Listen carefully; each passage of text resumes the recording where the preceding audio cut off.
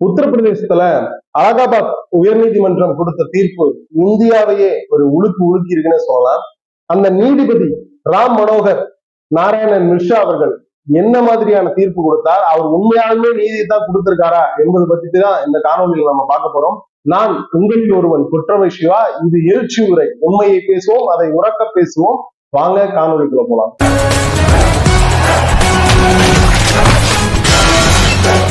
வரலாற்றிலேயே நீங்க இப்பதான் ஒரு எதிரி எதிர்கொள்றீங்க. உத்தரப்பிரதேச மாநிலம் அலகாபாத்ல ஒரு சம்பவம் ஒண்ணு நடந்தது.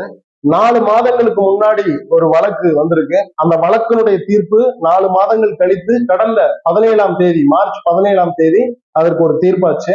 அந்த தீர்ப்பு வந்த அடுத்த நொடியிலிருந்து இந்தியாவை கொந்தளித்துக் கொண்டிருக்கிறது.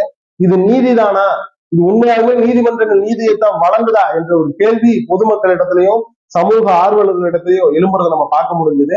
அந்த நீதிபதி எப்பேற்பட்ட தீர்ப்பு கொடுத்தார் அப்படிங்கறதான் நம்ம பார்க்க போறோம். அந்த நீதிபதியினுடைய பெயர் ராம் மனோகர் நாராயணன் மிஸ்ரா அவர்கள். அவர் என்ன தீர்ப்பு கொடுத்திருக்கிறார் என்றால், ஒரு பெண், ஒரு சிறுமி அவர்கள் 2 பேர் லிப்ட் தரன்னு சொல்லி கூட்டிட்டு போய் அந்த பெண்ணுடைய ஆடையை கழட்டி அவங்களுடைய மார்பகங்கள் மீது கை வைத்திருக்கிறாங்க, அவங்களுடைய நெஞ்சு பகுதி மேல கை வைத்திருக்கிறாங்க. அந்த அந்த குற்றத்தில் ஈடுபட்டவர்கள் அந்த குற்றத்தில் ஈடுபடுறப்போ அந்த பெண் சத்தம் போட்டிருக்கிறாங்க, அந்த சிறுமி சத்தம் போட்டிருக்கிறாங்க. சத்தம் போட்டோம்னா அக்கம் பக்கத்துல இருக்கவங்க எல்லாம் அவர்கள் இருவரையும் பிடிக்க முயற்சி பண்ணியிருக்கிறாங்க. அந்த பவன், அந்த குற்றத்தில் ஈடுபட்ட பவன் மற்றும் அவருடைய கூட்டாளி இருவரையுமே அவங்க பிடிக்க முயற்சி பண்ணியிருக்கிறாங்க.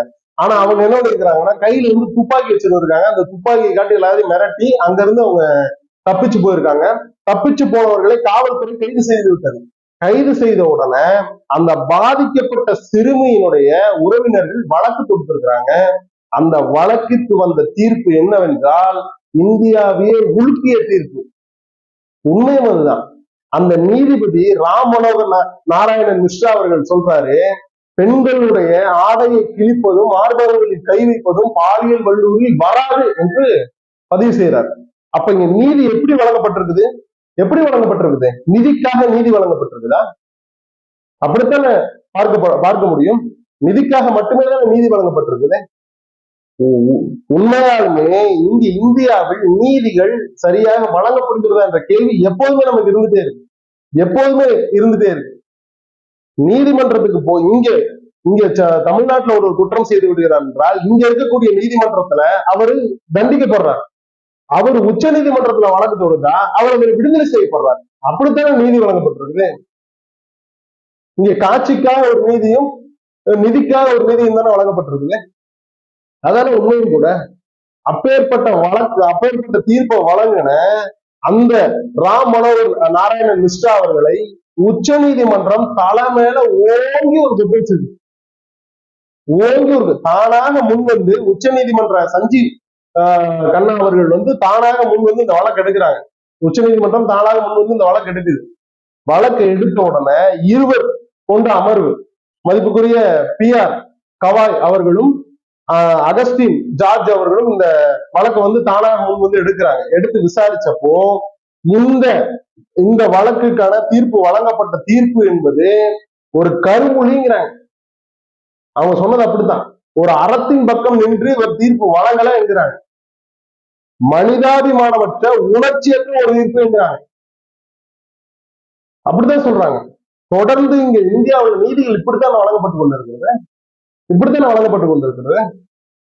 மேலும் சொல்றாங்க, இந்த வழக்குக்கான விசாரணை 2 வாரங்கள் கழித்து அப்படின்னு ஒத்தி வைக்கிறாங்க. 2 வாரங்களுக்கு உத்தரப்பிரதேச அரசாங்கத்திற்கும் மத்திய ஆளக்கூடிய பாரதிய ஜனதா அரசாங்கத்திற்கும் நோட்டீஸ் அனுப்பியிருக்கிறாங்க. நோட்டீஸ் அனுப்பவும் உத்தரவு பிறப்பிச்சிருக்கிறாங்க. உத்தரப்பிரதேசத்துல எப்பேற்பட்ட சம்பவங்கள்லாம் நடந்துட்டு வருது நம்ம தொடர்ச்சியா பார்த்துட்டு தான் இருக்கோம். அதுல இதெல்லாம் ஒரு விஷயமே கிடையாதுங்கிற மாதிரிதான். உண்மை அதுதான். இது ஒரு பெண்ணோடைய ஆடை கிழிப்பதும் மார்பகங்கள் மீது கை வைப்பதும் குற்றமல்ல என்கிறார். இதே ராம் மனோகர் நாராயண் மிஸ்ரா அவர்கள் வீட்டு பெண் பிள்ளைகளுக்கு நடந்தால் இப்படித்தான் தீர்ப்பு வழங்குவாரா? மேலும் பாத்தீங்கன்னா, நீதிபதிகளை நியமிக்கக்கூடிய கொலிஜியம் அமைப்பு, அந்த முறையை மாற்றணும் என்று துணை ஜனாதிபதி ஜெகதீப் தன்கர் அவர்கள் சொல்றாங்க. அவங்க பாரதிய ஜனதா அரசாங்கம் எப்போதுமே வந்து ஒரே பார்வையில பார்க்காது, 2-3 பார்வைகளை வைத்து தான் பார்க்கும். அது நமக்கு வந்து புரிதில்லை. இந்த 10 ஆண்டு கால ஆட்சிங்கிறது கடைசியில படுக்கையை சாட்சிங்கிற மாதிரி எல்லாத்தையும் பெட்ல ஓட்டுருவாங்களான்றது. அந்த சூழல்ல தான் அந்த பாரதிய ஜனதா அரசாங்கம் வந்து செயல்பட்டு கொண்டிருக்கிறது.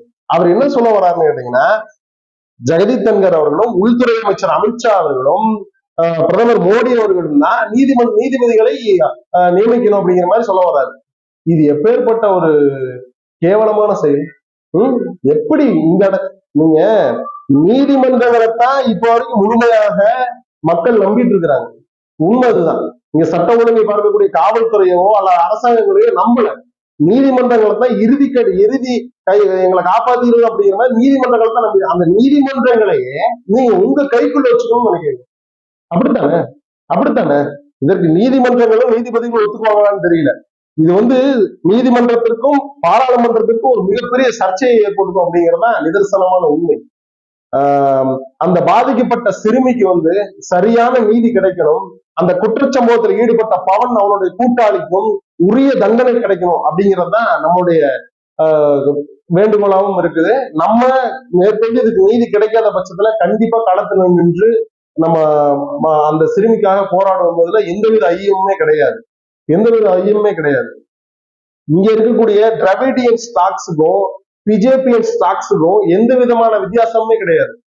இங்க வெள்ளக்கோயில்ல ஒரு பெண் பாட்டு நிகழ்ச்சி பார்க்க வந்த பெண்ணை அதிமுக திமுக பிரமுகருடைய மகன்கள் பாலியல் வல்லூர்ல ஈடுபடுத்துறது போல பொள்ளாச்சி ஜெயராமன் அவர்களுடைய உறவினர்கள் அந்த பசங்க எல்லாம் சேர்ந்து அண்ணா என்ன விட்டுங்களான்னு கெஞ்சிய போது கூட அந்த பசங்க எப்படி நடந்துக்கிட்டாங்கன்னு நம்ம பார்த்தோம். அப்போ திராவிடியன் மாடலுக்கும் பிஜேபி மாடலுக்கும் ஒரு வித்தியாசமும் இல்லை, ஒரு வித்தியாசம். பேர் மட்டும்தான் பாரதிய ஜனதா கட்சி, திராவிட முன்னேற்ற கழகம், பேருதான் வித்தியாசம். கொள்கையில ஒரு மாற்றமும் கிடையாது, ஒரு மாற்றமும் கிடையாது. நான் அடிக்கிற மாதிரி அடிக்கிறேன், நீ அழுகிற மாதிரி அழு அப்படிங்கிற போல. 13 வயசு பிள்ளைய ஒரு பையன் 5 மாசமா தவறு செய்திருக்கிற தொடர்ச்சியா எத்தனை பாலியல் சம்பவங்கள் அங்க என்னெல்லாம் நடக்குதோ இங்கேயும் அது நடக்குது. இங்க புல்டோசர் விட்டு ஏத்தலாம் உத்தரப்பிரதேச மாதிரி நினைச்சா அது நடக்குமான்னு திராவிடியன் ஸ்டாக் கண்டிப்பா நல்லாவே தெரியும். தொடர்ச்சியாக இது போன்ற குற்றங்கள் நடக்கிறத கட்டுப்படுத்தணும். இந்த எதனால் இந்த குற்றங்கள் நடக்குது என்பதை ஒரு ஆய்வு பண்ணி அது ஒரு அறிக்கையா சமர்ப்பிச்சு அது போன்ற குற்றங்கள் நடப்பதற்கு காரணமான விடயங்களை தவிர்க்கணும். மதுபோதை தானே, மதுபோதை மட்டுமா? ஊசி போடுறது இல்லையா, இன்ஜெக்ஷன்ஸ் போடுறது இல்லையா அவங்க? இன்னும் எத்தனை போதைப் பொருட்கள், மேஜிக் மஷ்ரூம்ங்கிறா, கஞ்சாங்கிறா, வேப்பிங் ட்ரக்குங்கிறா, இன்னும் எத்தனையோ மெத்தபெட்டமைன்ங்கிறா, எல்எஸ்டிங்கிறா, எத்தனை போதைப் பொருட்கள். அந்த போதைப் பொருட்களின் காரணமாகத்தான் இது போன்ற சம்பவங்கள் நடக்குது. எத்தனை கொலை சம்பவங்கள் நடக்குது, எத்தனை பாலியல் வல்லுறவுகள் நடக்குது. எப்படி இருந்த தமிழ் சமூகத்தை நீங்க எப்படி மாற்றி நிறுத்திருக்கீங்க? இன்னைக்கு இளைஞர்கள் என்ன கண்ணு மூணு தெரியாம இருக்கிறாங்க, என்ன பண்றதுன்னு அவங்களுக்கு தெரியல, ஃபியூச்சர் பிளானே கிடையாது. ரெண்டுமே வந்து பாத்தீங்கன்னா பாரதிய ஜனதாவும் திமுகவும் வெவ்வேறு கிடையாது. உறுதியாக இந்த பாதிக்கப்பட்ட சிறுமிக்கு உரிய நீதி கிடைக்கணும், அந்த குற்றவாளிகள் கண்டிப்பாக கைது செய்யப்படணும், அவர்களுக்கு தண்டனை கிடைக்கணும் அப்படிங்கிறது தான் எங்களுடைய வேண்டுகோளாக இருக்கிறது. இது எழுச்சி உரை, உண்மையை பேசுவோம், அதை உறக்க பேசுவோம். நன்றி, வணக்கம்.